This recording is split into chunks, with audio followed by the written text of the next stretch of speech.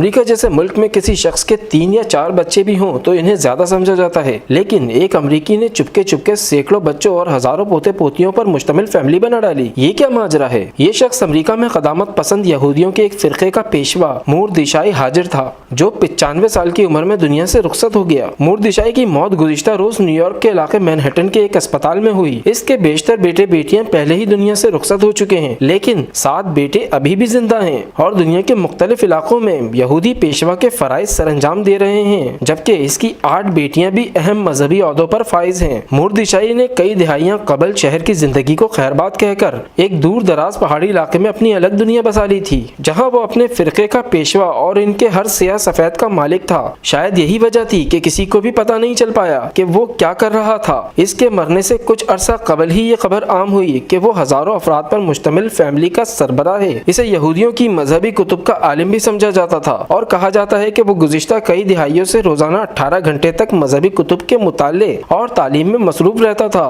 البتہ اس کی فیملی کی وسعت کو دیکھا جائے تو یہ بات درست نہیں لگتی۔